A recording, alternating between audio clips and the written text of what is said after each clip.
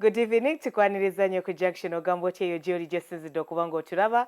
I hope you're doing well era nga buli kimu kikutambulira bulungi. Anti Sumakula and Pavin. And so inaka side look kankuba simanyi.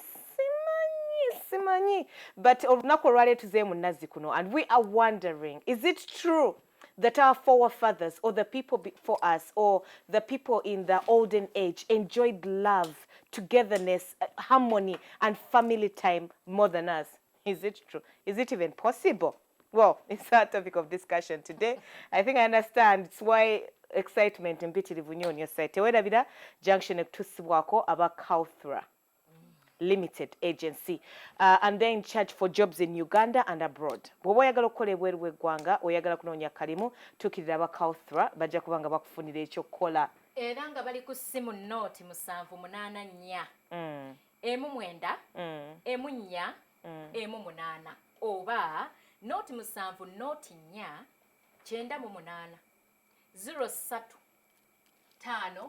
53 bakubire wasoma tewasoma bitabo watu wawangalira ku lubaawo tewawangalira ku lubaawo kasitoba n'empisa n'obuntu bulamu ebyo byonna bamala ba traininga tusobola okukola mirimu wano oba Dubai oba Abu Dhabi byonna gwe gyoyagala gwegenda weeroboze weebuuze era n'abantu abagenda ebweru beewale bano omuntu omu akutwala bakuyisa wano bakuyisa myalo oli Kenya ate naku zino ne kitongole ky'ebyobulamu ky'ensi yonna kyavuddeyo okulabula abantu black market ya kidney eri waggulu nnyo kati mu Middle East. And kidneys are very expensive. Very let expensive. me be honest. Anti sute mudozing amakula, don't sleep.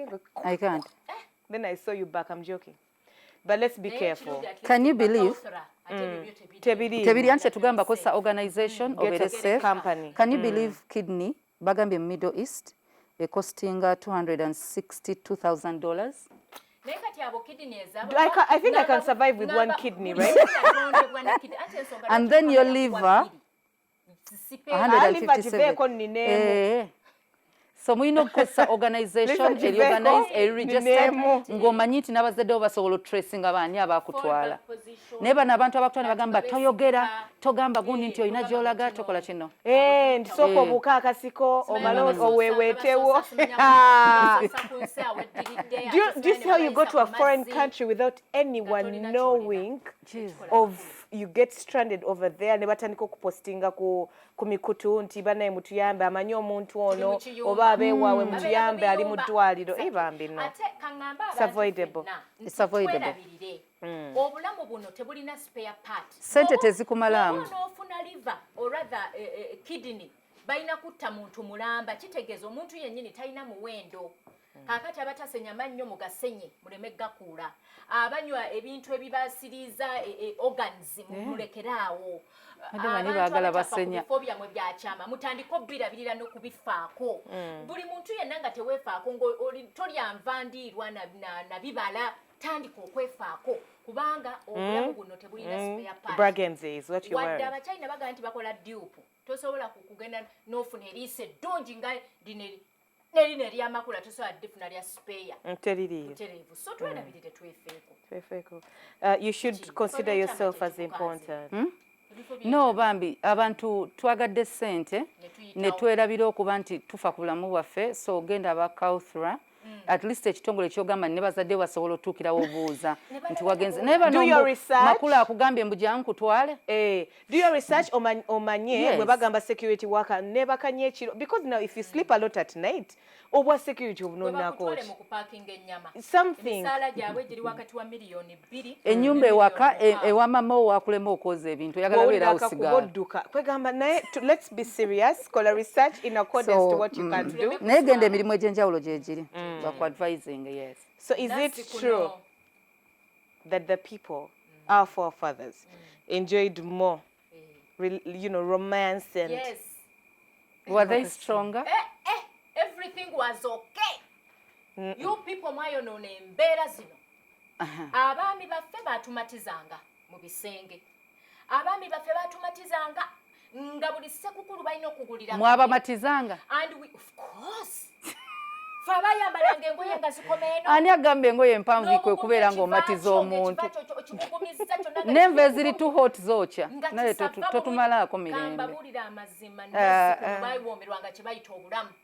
ng'ate tebalina bino nti ate yayenze nti ate yagenze wano nti ate yalabankanye no n'eri ng'obeera ku balo yekka maama abanga ate abaana be mwagabanga nga mumaze okufa ng'omusajja amaze okufa abaana bagabwanga ani yabazaalanga anti kakati kyobola nti abasajja bannazzi kuno baabanga bagezigezi kuba bamanyanga nti bambi abakyala babeeranga eri mu nnimiro munnanga akunaamiriza alima musajja najja amugwira ati munnange naffe tubeere no ku mirimu nga tukunaamiriza kakati munnange wakati mu kumugwira omwana omulala najja ate baamanyanga nti omwana oyo si wange ate era ne basirika kubanga tebaweebuulanga bakyala baabwe nga basirika ng'amanyi mukyala wange ono tayinza kubanga yakikoze akigenderedde nga basirika ateeka buteesi mu kiraamo n'abaako ne mukwano gwe gwaga naye omwana oyo owokusatu amatw agamba magalavaako anti so mpozi relation gye nyinza okwogerako nti maybe yali stronger was parent and child because bamama bedda emirimu gyabwe gyabanga gyawakanyo housewife than ennaku zino nga n'omwana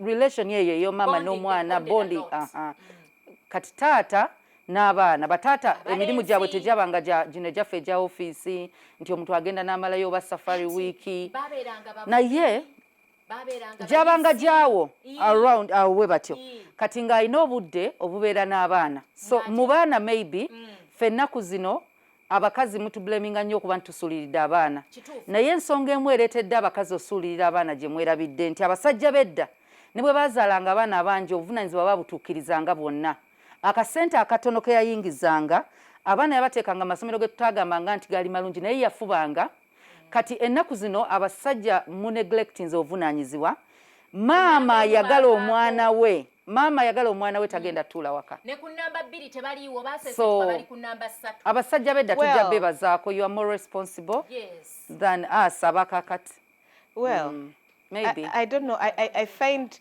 both your thinking very backward and archaic. I find both your thinking very backward and archaic. Abasajja bedda balina obuvunaanyizibwa nange olwairo kondiko anti su and listen anti su nabakaka and these days they buy us Benzes. Eyo benzi nawe nga benzi muri kankubulire kiri bwe kiti anti si kiri bwe kiti anti so wuliriza like every situation and I appreciate it because love ogiraba nga bambi yalingawo ate tewali aganye but that was back in the don't tell me yako mukazi anti so yamberera so chichi abasajja nga bali n'ebifuba anti so teyagala njogera ensonga zange olwokuba ebifuba byedda mwalimanga no I need you to listen to me and you're winking and taking me off guard. Muntumbwe z'omusajja entumbwe nga zakwata west nga asinziira n'olyokolaba mwana muwala n'okuwunyanga bawunya n'obukyafu nga bakyafu mwana nga liringa kalalume naye akawunyawunyera nako katambuza ettooke wangi paavu anti sisha njikulekere so as I was saying I feel like your thinking is barbaric. I'm going to say it again because kiri bwe kiti buli nsonga yonna gy'ogamba gyeri enoga like it's good, it's important, it's beautiful, but that was for those days. Okitegeera nti obudde buzze bukyuka kituufu abantu abakyala feminists have come out. I remember Honorable Miriam Matembe in her days standing on her feet and speaking up for the girl child and saying this has to come out, this has to stop. These days women are more vocal. Before bakugamba ngebye musenge ofa nabyo you have to, no one used to communicate about what used to happen to them nga tayogera kintu kyonna kyonna sigamba nti okwogera kituufu but now the reason why you think that we are not enjoying our relationships is because we can now speak about what we are going through. Before we had no avenue to communicate. Nti abakazi wabasanga nga nagamba nti munayenze nkuza baana. Bulungi nnyo. Abo be baliwa. Je balina matusoma ndegenda gamba nawe kyokka nga tewaliyo mwebyo ebiseera but ebiseera ebyedda ngabeeraawo n'abanga enkoko ebiikira emamira magi naako n'omusanga ng'alina ennaku n'abeeranga waawo ng'abeerawo just kubeerawo but now advocates have come out, feminists have come out to let us know that you can enjoy life. You can enjoy life to the fullest. To break our marriages. That you can openly communicate with your spouse, you can openly love each other, or you get them bukubana, olwokuba luli they were stay home moms, ani bonyumiza porridge. If you want to be a stay-home mom, you stay at home and raise your children. Women can still work and raise their children and still love them. naye singa ng'edda bwe kyabangawo because bw'otunuulira ku morals bw'otudda ku morals usually morals ezisinga ozisomesa ozoogera n'oba noziraba nga bazikola now because we no longer have raising their children. babeera mu soaps gye bali babeera mu kwanibwa kati yes olaba ndowooza kye baliko era ekireese ekyo no there is more exposure kakati anti so and with all due respect nti abantu abali mu myaka egikusukkako nga 10-15 entegeera yaabwe kye balaba ng'okwonooneka is lack of exposure. They do not know, which is true. Tuvudde ku nono, tuvudde ku tradition and the things that used to make us unique and beautiful. Okitegeera ne tudda ku ekigenda maaso, but that's the world that we are living in. You remember back in the day when we were at school, we were like, we won't wait for Karamoja to develop. It was a slang. Do you want people to say we won't wait for Uganda to develop? We have to keep up. Tosobola kudduka misinde up the stairs in a gomesi or a kanzu and whatever. But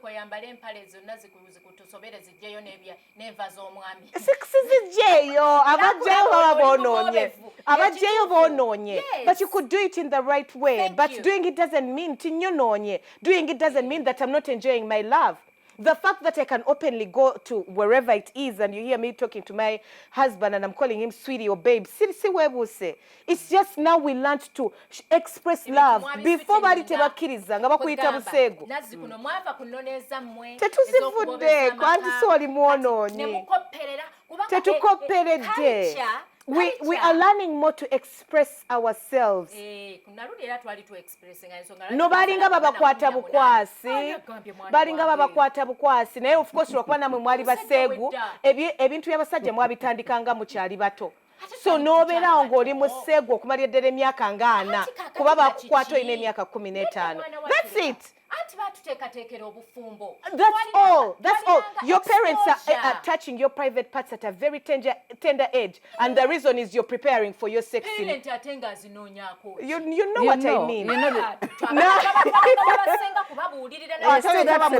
that's a parent. All you do to your children, all you used to do to your children from childhood was to tiga them, molest them in preparation for one thing and one thing only: sex.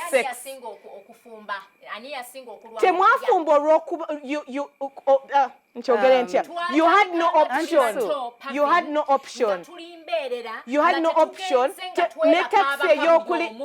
There was no social media to record you guys, but you used to do those things. Ng'omusajja waafa omuganda we n'akwebakako, taata we n'akwebakako, n'oli nti oli mukyala waffe tolina gaana. You know and you know it's true. No, but some people literally used to do it. They used to. Anti so gamba kinno yet you know that nga muganda wasobola okwebakako.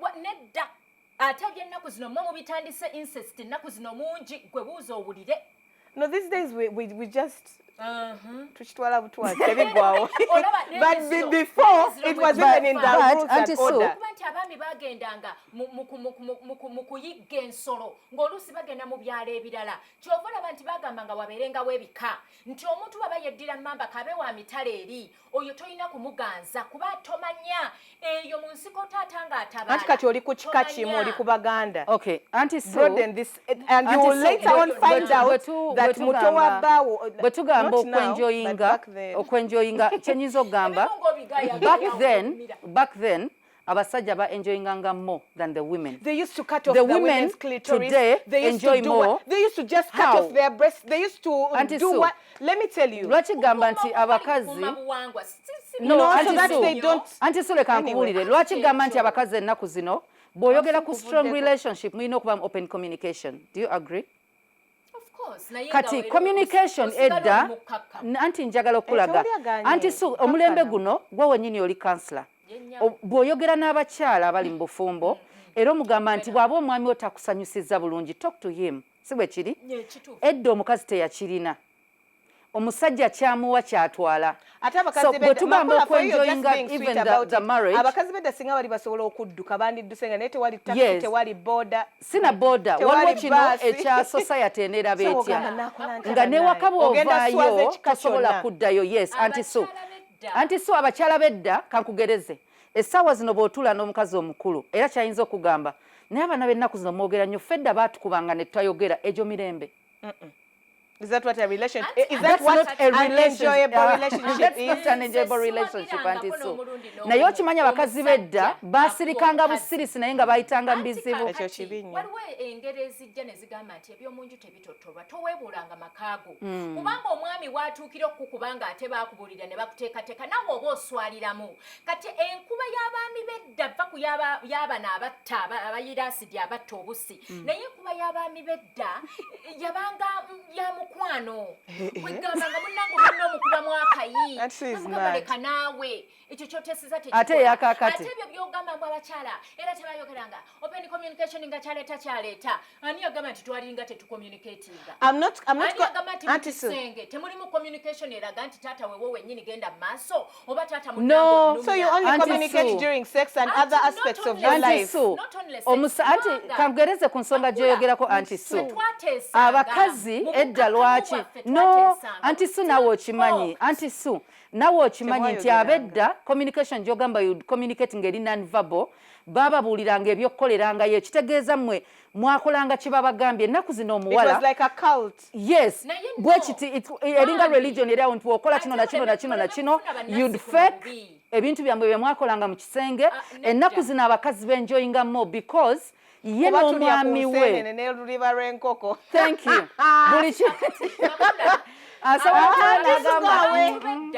we were in tyranny, we were suffering. Lwaki twatulanga okuteekateeka abaana abagenda okufumbirwa kati babikola ne babateekateeka ng'olwedde ebintu mwalyalyanga nti omusajja mulage nti onyumirwa omwami alina mu bigagu nammwe mwalyalyanga ne babapapya ne babawasisa nga batta amazima gennyini ng'alinga upgrades okugenda mu graduation okugenda mu bufumbo n'atuuka okusitula omwana nga tasobola kwegamba nti so are you advocating for just torture of young children? I am not saying torture of young children. Ebiseera bye tewaabangawo okusoma ng'omwana kasita bakuteekateeka waabeerangawo indigenous education era indigenous education eno ng'eteekateeka omwana ono emuteekateekera future era future z'abaana kufumbirwa ti what is but we are not in that yes. Anymore. There's so much more to learn. Kubanga omwami we wamutwalanga kyenkana ye mukamaawo ng'era omurespectinga ng'omwami naffe tunyumirwa because we look at our boys as our partners and friends. And it's beautiful still. And I don't want you to misunderstand us. We don't badmouth tetu badmouthing our boys. Tusirika. Naffe tusirika Auntie Sue. That's what you think. That's what you think. We actually really do keep quiet. And what we tell you on social media is what we want you to know. Auntie Sue njakugereza. Ekintu kyogamba ekya social media nja kugereza teri kapo teri bantu bafuna buzibu ate no ebitegedde nti luli mwategekeranga kimu bufumbo kati omwala olina musomesa nakula nasoma no Auntie Sue kati kankubye kyoyita social media kyoyita police ne court Auntie Sue abasajja abedda bogamba kyogambye kiri nti bakubisanga mukwano saka ekyo kyo tekiriyo njagala ku fetufuna peke mu kifo ky'obuyi so bogamba Auntie Sue kyegamba nti abasajja bedda tebali violent nnyo tebali abantu b'ennaku zino mulimu ebiragalalagala yenjawulo eriwo nti bo bakuba ng'anywedde omwenge ng'anywedde enjaga n'akuba naye Auntie Sue njagala twogere omanyi lwaki ennaku zino abantu benjoyinga relationship Auntie Sue ensonga endala lwaki abantu benjoyinga relationship more now nti yeesalirawo ngenda gibeeramu oba sigenda gibeeramu edda okugibeeramu oluusi tewagisala relationship edda osobola okuba nga mami wo Auntie Sue n'akeera nagamba makula omusajja wuno gwogenda okufumbirwa so you don't choose then n'okusigalayo si choice yo ne bw'oyagala okuvaayo family zituula because omuwala atya balina okureturninga bride price balina okukola ki kati ayo tayinza kwenjoyinga agenda beeramu essaawa zino Auntie Sue zoyita breakups lindako zoyita breakups ennyingi it's because kati omuntu amanyi nti nina kuyisibwa bwenti Auntie Sue abakazi baleero bamanyi kye bali bamanyi kye baagala bamanyi kye balina okukola okubeerawo nga balamu nga bwolaba eredde ebisiyaga byalingayo tetwafunanga gundi kumanya media teyatugambanga n'olugambo lwoyita nti olutambula ennyo ngambo munange si ngambo sife tubyogera kangereze edda ennyumba yavanga kuno ngaliwo kilomita nga 3 ennyumba ey'okubiri okubeerawo bwe bakuba wane eri tebamanya tuli ku mizigo bwe nsirika neiba wange yawulidde nti bankuba yagenda ku social media nti bankuba so sife tubyogera ebimu mwe abatuliraana so si byama tetuweebuuse mwe temwakubanga tewalingawo abaloopa era nga tolabayo nti omukazi wuyo eriiso lyazimbye omusajja lyazimbanga n'atagenda mu katale bamanyanga n'okumanya nti mukyala wange yayenze ne batuula ebyensonga zaggweranga mu kisenge naye mu oluyombo mulujja mu kisenge ne mululeeta mu ddiiro kati kankubulya engeri emu anti so abasajja bedde engeri gye bakontrolinga ng'obusungu kufuna mukazi wakubiri n'amuleeta mu nju mw'oli ow'ennaku zino obusungu bwe because tayagala kuleeta mulala kuba luyi exactly enjawulo anti so nti owakakati tayagala kuleeta mulala afunye obusungu n'akkuba oluyisi tetuluwagira lubi naye talina gwe gw'ayina abedda akuba abakazi 10 mu nju nga tolina kyakkola gwe gw'alina bw'omanyi obwenzi abantu kyere ate kakati edda bataata be bagiraagira nga n'engero nezijja zimanya abasajja laata naye kati maama abakyala nga munyanyalaata bombi right now oli mugamba abakyala banyanyalaata because you can hear about it before tewali media anti-Sue today no Pavin anti-Sue kankugereze anti-Sue kati kankubulire essaawa zino laba wetuli bwe mugeza ne mulwana ne Pavin nze manyisa ensi with my phone ekyo kyoyita nti tubisaasaanya era kyova otegeera nti waliyo abantu abalwana abakazi ne beekuba edda nkugereza ennyumba zabanga wala ku ndala nga tosobola genda kulopa ate ne gyogenda olopa bamukuba ogende wantiso omugamba omusajja yankubye naye bamukuba nazzi kuno ng'olulengera bba w'omuntu ng'alina omukazi omulala weekwekana bwekwesita kulaba mulimba anti so there was just no you had no platform so that we can openly express ourselves freely nga teri atugambako teri atukomako ye wali bannanga amasimu simati zaatujjira ziri zayitidde okubeera simati ne zisingana so my dear anti so things must be reported kyebayita relationship ey'omwami n'omukyala today people enjoy more bannange ne Garden of Eden ebintu byabanga birungi ani ali mu Eden omwami nga mukkakkamu omukyala nga mukkakkamu nga bawuliziganya naye ennaku zino omwami olusimbule bawuliziganya abakyanga anyway anti so sigala genda mu mugamba bannaye kati omusajja yaliwo omukazi yaliwo tusigale nga n'obubobevu ennaku zino tomanyi bitunyumira but even if they are talking back to each other it doesn't mean they don't love each other or enjoying themselves those are arguments because omwami addayo n'agamba mukyala wange wano yabadde alina ensonga neri wakotokanga nsingo n'agamba omukazi wange musiru temumukkiriza kwogera mu lukiiko bw'aba agenze nawe mu lukiiko agamba tagenda naawe ani agambye temwasonyiwanga mwakisirikiranga n'ofa nakyo mwawanga basajja butwa kuba nti so kye yakugamba nti kyolina okukola kutulugunyizibwa humans have their rights anti so ne bwona obikola nga ayimba akadongo akayimba akadongo kamu the truth is you are lying and you know it. There was no perfection in the olden days. It's just that there were no cameras to record their wars and battles.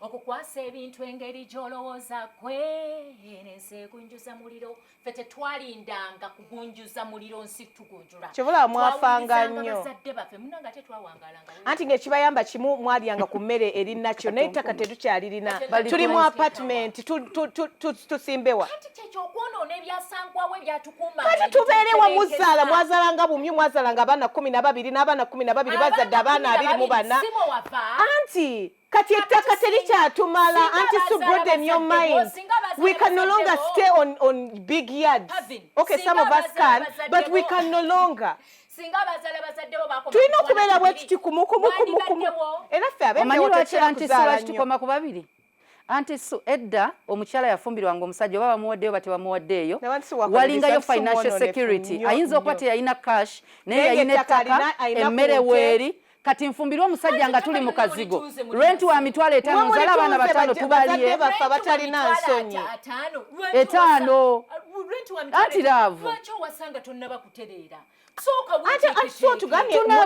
tebabateekateekanga mwagendanga bugenzi nga babalabira bulabizi ne bagamba kasita bamakinga anti so oyagala tuzaala abaana 10 omulembe guno abaana be mwazaala abalenzi school fees wa million otwagaza ki anti linda bano bannansi kuno mwerabira ekintu kimu mwerabira okulambika be muyita abakulembera mu maka ne mulambika abawala nga mubalambika mu kaboozi kokka bwe mwerabira okuyigiriza abaana abalenzi engeri y'okulabirira amaka byebizu bye tulina olwaleero basingle mothers tujazaala kamu tuzaale bubiri onange nfuna omulimu nga security yange mulimu gwange si mwami wange kubanga abasajja ennaku zino anti so omukyala yafumbirwanga nga sense of security eri wabbaawe agifiringira wabbaawe mu bufumbo kati ekikyaliwo tulina okwekolerera kati ngenda kuleka omwana ewaka mulekera awusigaalo amukube because omusajja taliiwo okyali ku junction tukyagendera ddala maaso era nga twogera twebuuza just tuwayamu is it true that the forefathers or the people before us had better relationships with each other? Take it to our Facebook page and let us know what you think. Bajjajjabo bakolanga biki mu love?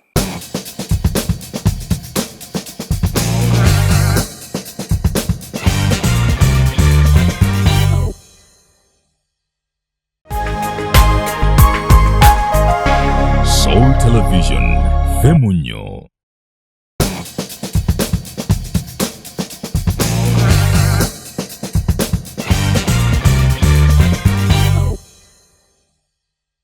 Okyali ku junction tukyagendera ddala maaso era nga tuwebuuza is it possible, is it even true that our forefathers or the people before us, our great or grandparents had better love, better relationships, better situationships going on than us of today? Take it to our Facebook page and let us know. We have a YouTube channel as well. Gendayo mukwano bubaka party akasooka meetings kabadde kalungi nnyo naye nga sagala weerabire that junction ekutusibwako aba Kauthra Agency Limited gwayagala okubanga okolera emitala w'amayanja eyeetaza omulimu gwonna ogw'enjawulo. It could be abakozi bawaka, abaparkinga, security guards. They have so many jobs. They have so many jobs. Batukiri basobola okubanga akalimu kano bakakuwa. Aba Kauthra Agencies Limited. Ogenda kubafuna ku namba z'essimu noti 784 19 14 18 oba noti 7 noti 4 98 03 53 enda weroboze emirimu bayina atoko ate bo munnange they follow you up. Emisala giri wakati w'obukadde 2 omwezi n'obukadde 7. Oyinza okuba oli musomesa, oyinza okuba otunda mwanyi, oyinza okuba ng'olina kyokola naye nga toyina bulungi bumativu mu mulimu gw'okola ng'olaba tekigatta bulungi. Aba Kauthra bagenda kuyambako mu mbeera eyo genda beeyune ate mwana wange beera ku mulamwa. Kituufu nnyo ekyo. Nasi kuno twawomerwanga omukwano. Mukwano ki? Twalinga tumanyi okwerunga nga twefaako. Anegamba nti tetwerunga kati. Emmanju ng'olina okubeerayo n'omufene, mumanyi omufene kye gukola, nga tulina ebibala. Fruits and vegetables. Fene mulungi nnyo mwana gwe. Nga tetulwala na kulwala. Bibino mbumbu simanya baladde. Ng'omutwe gunnuma simanya ekisinziiro kinnuma. Nga teri kulwala. Era tuweebaza Mukama. Era twebaza Mukama nti mwali bagagga nga mulina ensuku emmanju ne mulyanga ku bibala. Naye mwe nga bazadde baffe kibi nnyo nti mwalemererwa okuba nti mu maintaininga ekintu ekyo. Ate kitya. Ne mutunda amataka ne mutunda ne bajjajja babajjajja bamwe bwe mubaziika. You have failed us. You people as our forefathers. You have failed us. Mukama asaasira okukyogera n'okiyisa ne mukamwa. Kwegamba simanyi kiki kye mwagala okwagala okufuna ensimbi amangu. Yensi gye tulimu. Byonna n'obitunda. Ekyo kibi. Anti so The cost of living these days is way up there. Edda mwe mwali temuyina bintu biri awo bidemandinga sente nyingi abaana mwabasomesanga paka P7 that's it. Ennaku zino bagendanga ne ku university abakuyambye nnyo yennyini yagambye nti babafumbizanga because kati essaawa zino ebyetaago bya sente bingi anti so. Mbabulireko kino mmwe mwayonoona ebyasangwawo ebyalinga bitubetebenkeza. No, it's the world that we are living in and we have no control over it. It keeps evolving. And so, because the same actions. It would have evolved. Nakunyonyode wekizibu bwe kyava. Nti mwaberanga n'ebyobugagga nga biri sufficient. Ne mugenda ne mukulumula abaana nga 14. Okitegeera? Ne biba anti ne biba nga awo bisobola okumala. Nejjukira ne makula kulumudde 14 anti so agaseeko 14 olwo tulinga abazadde ekika kiramba. Mwekyo ekika anti kati ate naye what is called land fragmentation, so they also kept on fragmenting the land to give con their children. Kuba anti munayo mwana omulekera ebyobusika n'oli bwe yazaalanga nasika. Let me tell you Auntie Sue, tetukyali mu stone age. Ate n'ettaka sinti Mukama Katonda akeera ku makya n'atusuulirayo ettaka mayiro endala nga 4. Anti so simanyi oba otegedde Pavin kyagamba anti so bwe wazaalanga abaana omusajja ow'edda ndowooza yazaala batono baba 10 naye kambale 20 average. Bw'ozaala abaana 20 ng'olina eka kubanga mayiro mu Buganda tunedda atwala eri kale katugeze nti olinawo eka zo 2 olina abaana 2 so buli omu omuwadde eka meka 10 bw'oba wadde 10 n'oyo omwana since tewamusomesa tewamuyigiriza kukola bintu birala okuggyako okulima naye bw'azaala naye abaana 20 bagenda gabana ezo z'omuwadde 2 buli omu asigaza emeka emu. Anti so okutuuka ku generation yaffe olwaleero tewakyali ttaka. Anti she needs to understand that to give bwe tutuusaawo anti so naye katuddemu intimacy anti so edda tewaliwo closeness mu relationship zammwe ez'omwami n'omukyala omwami n'omukyala bo kye baalina omwami kuva eri gyagenze mu banne mu bukiiko bwabwe gye banywera walagi najja akusanga mu kisenge nga wasibye wenna woogambye weweewoobeza paka mu kisenge ekyammwe kye mwayitanga strong marriage nti sex ye yali nga ye pira yammwe yo kateri kintu kirala mu bufumbo it was just sex as long kyova olaba mwatuukanga omusajja n'akumanyira nga bw'amanyiridde era okulya amatooke n'agulayo n'afunayo lumonde n'aleeta omukazi omulala mu nju n'owookusatu so anti so marriage zammwe abakazi value yaabwe yali ku sex. Ennaku zino anti so value y'omukazi esusse ekisenge si bino ebyammwe bwe mufuna ne casual sex ne muddawo nga n'ekikola mukikola temumanyigenda twabanga n'obuvunaanyizibwa era ng'essaawa eyo when you are wanted by your husband it was the best time of the day. Era ng'ebirala byonna emmere ne bwesiriira. Why? Kubanga kintu kye bayita mukwano is a basic need. Ate omukwano okubeera nga weetaagibwa nga oyagalwa. Ati kati mwakyonoona. Yawula okwagalwa n'okwagala okukozesebwa. Mama tetwakozesebwa nga ffe. Ogambye avudde eri ng'akwagala bw'aba akwagala okyesunga because tewali walala w'olagira love. No, anti so tewali walala musajja walagira love nga kati. Bambi baatwalira. Era ng'omukazi okimanyi omusajja aba takwagala sexually then takwagala. Anti so okimanyi ennaku zino. Anti so njagala otegeere. Anti so okimanyi ennaku ezo ennaku zammwe. Omusajja ennaku zammwe omusajja anti so please ennaku zammwe omusajja bw'otabeeranga naye sexually ng'olowooza takwagala. Ennaku zino abaami baffe babeera bize nnyo nti n'ennaku 3 tekitegeeza nti takwagala. Ekyammwe goal yammwe mu bulamu yali marriage and sex. Obeera walemu okukola ebyo by'olina okukola ng'omukyala kati n'agenda abeere bize ng'awakankula abalala. Munnange ffe tulina abasajja naye ffe omusajja we yakomangawo nga yeggwe era tetukiganye ne kakati akomawo nga yeggwe after 3 days. Anti so tulina abasajja lindako kankubuulire tulina abasajja Katonda bawadde calling za busumba n'afuluma eggwanga ani yagamba bagenze kwenda.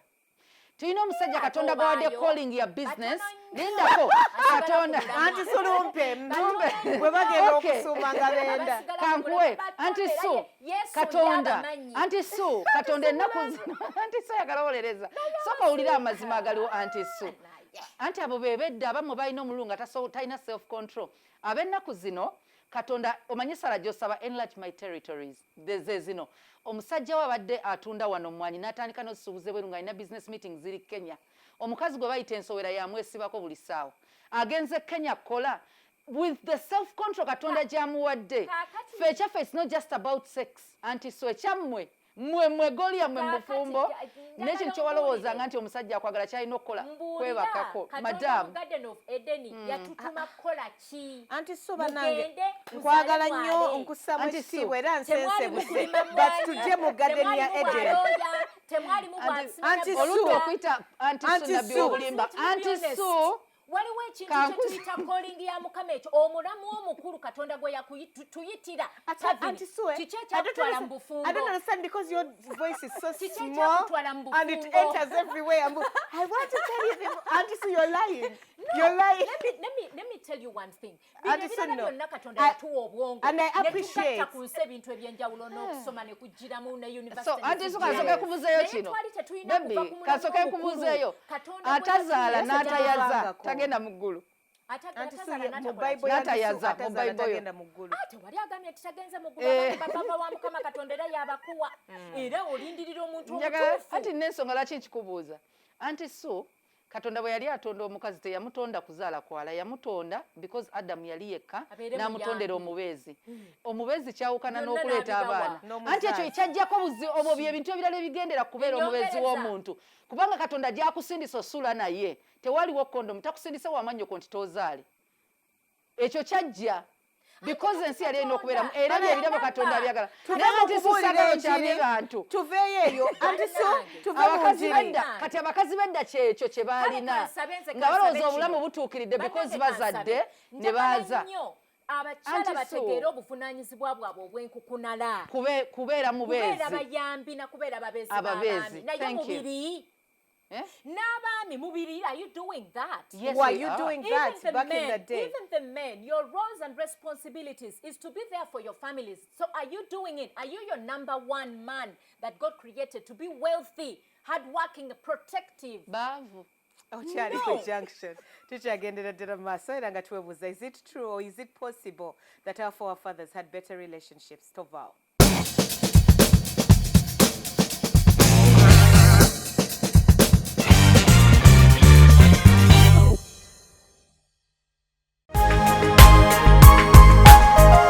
Soul Television Femunyo.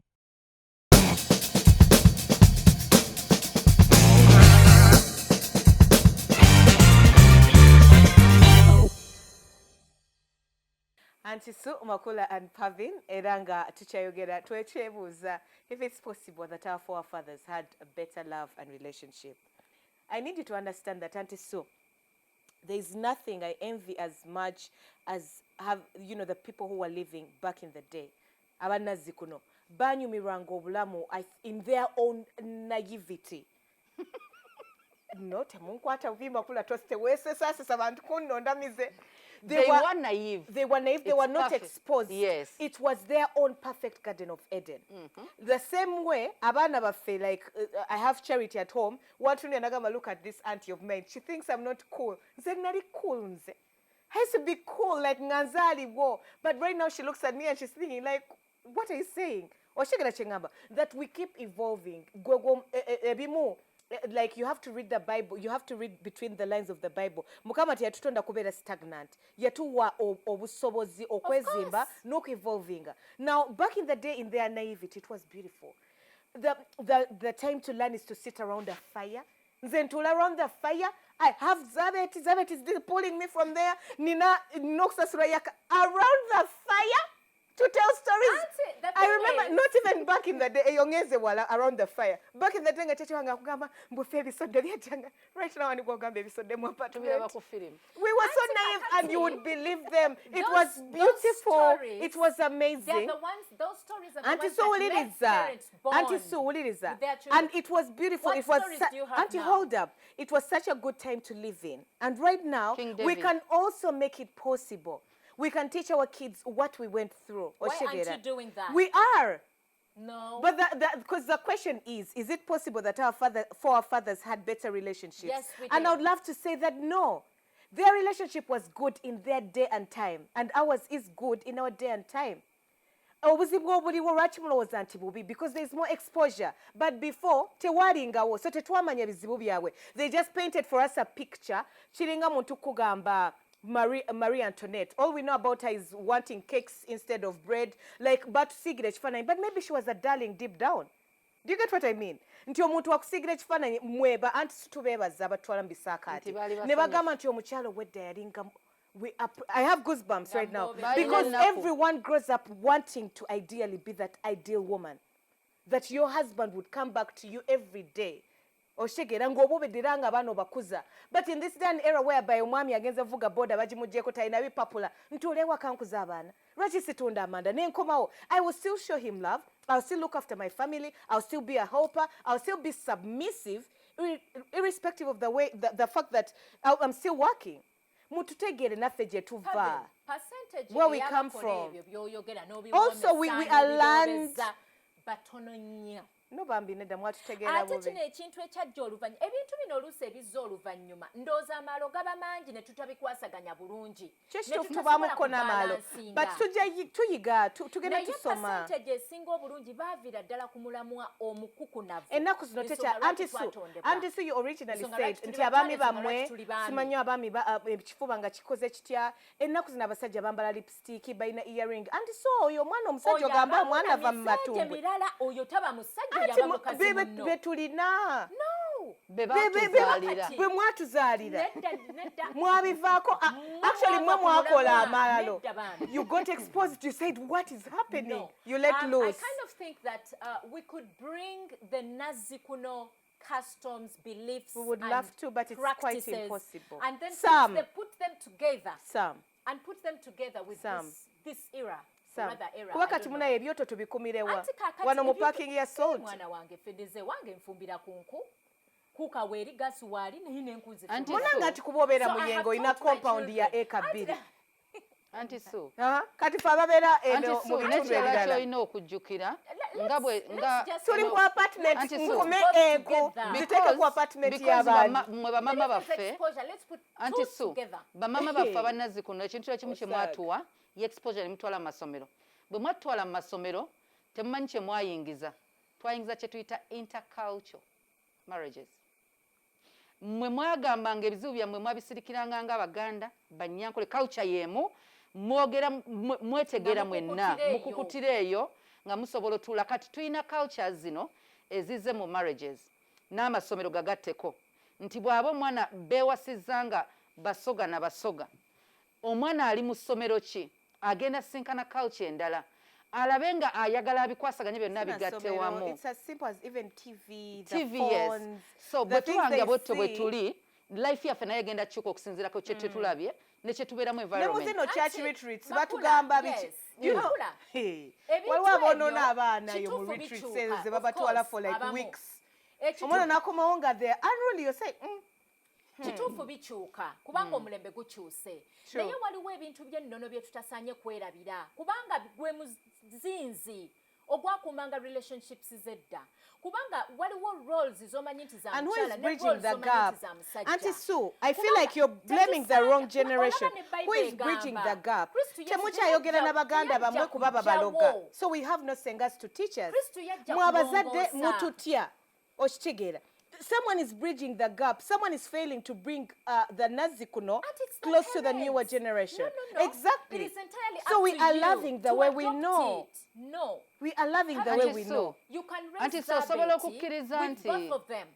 Of course, me I'm going to do it.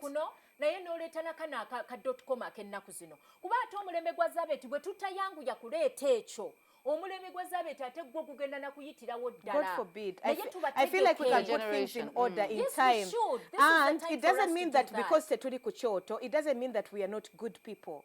No, but you can just sit your child down and work with them. It doesn't mean that they're not good kids if they're not being told of koi lya. Namwe mwagirinanga. Kubanze sikyawulira basezi naye dda banaye nga bagamba simanyi olutiko lukuyiika enviiri ne ziyimuka nga toyita mu station kiro mwalyanga abantu bannammwe ebintu there's no more cannibalism. It has reduced. It used to be with still particular people that had those bad exactly. habits. Now I need you to know that even today in the .com era, there are good people out there.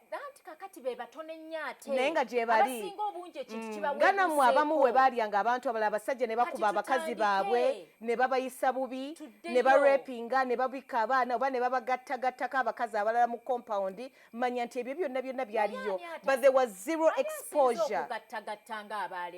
Ate abaleero tomanya omanya kukufiirwa n'abakyala marital beds mwazifuula bizanyirwako na bisiimuulwa na domats. Anti namwe era mwabikola ng'omwami ali safari naye tewali masimu ga recordinga. Nedda tebakolanga. In fact muliraanwa ye yalengeranga n'abeera sure nti omukyala ali intact bulungi kubanga emirundi egisinga kati wabanga mulirwana yebba ate kakati abakyala ani anayogera era twaberanga n'amagombolola nga tugenda ne tuwawaabira nti ani mukyala kyayimirira ku gombolola n'aloopa anti so tulimbye anti sitolimba nedda anti the thing is abakazi bali teboogera tebalina bwogerero kale kisingako obutayogera naye ng'olina ky'ozibiikiriza mu ggwe ensi n'etaweebuuka kulaba mawana ago you know. And you know what resulted from that? Because and you are a counselor. You know that every time that someone bottles up something, when they spillage, it's bad, it's ugly. You end up nga mutuzalidde abaana abatujju beba abaana abali mu kusumbuwa abantu ebiro bino kuba mwasirikanga kale ne muzaala ffe abatujju twasirikiranga baami baffe n'abaami okusirikira abakyala tetwasirikiranga baana omwana nga bw'akola ensobi ositukiramu naye ng'omwana bw'akula n'avubuka abanga mukulu mu maka. Let me tell you, Auntie Sue, oleke tulimba olowooze nti twali tetumanyi.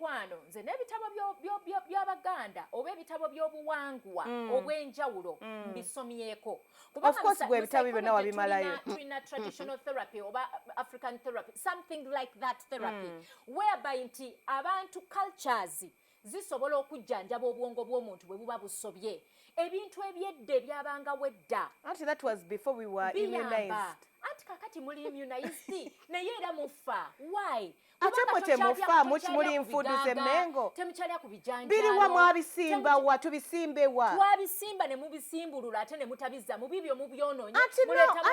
Auntie, that's the world that we are in now. So okay, you better evolve. We need to know. No, let's because now if a child comes to you ate notandika omugamba anti kati nazzi kuno twakutumanga ku luzzi okubudabuda no. Kati tap ziri mu. Tagenda bitegeera. You have to evolve and relate with what they are going through.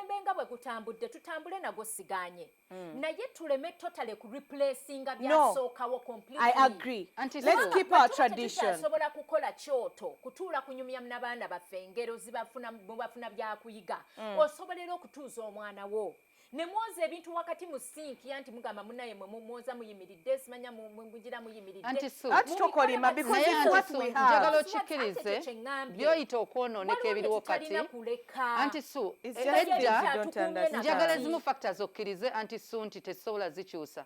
Edda mwakuzanga mwekanga amasomero matono ate nga kakukyalako kalimu n'abasomesa baawo n'abantu tegali nawo kangambe nti galinga kumpi agataaliwo kati gwo blaming owakakati ne bwe mansazewo nsibe wakankuza omwana kasita mutwala ku ssomero agenda kubeera raised by so many cultures kati gwe omwana bw'afuna ebintu 10 mu mutwe gwe that's the person is going to become. Obeera tewateekateeka bulungi kuva waka naye nga kkiriza guno omulembe twagala abaami tuwalaga laavu okusinga omulembe gwammwe. Omwana bw'oba omuwadde ani ayagalaga abaana laavu mu ababuuka enswa mubuuka nabubuusa emmere obuuka nambuka kikulume hawusi galo mulembe gwaffe muguyinako bujja mbadde nsaba muyina bujja abasajja kyobalaba abakadde abanazzi kuno bakwana abawala b'omulembe guno because they are better anti kubanga obadde ku Junction. Tubagala nnyo. We appreciate you. Take it to our Facebook page and let us know how you feel and how you're reacting to this topic. Until next time, tova okomunyo. Bye bye.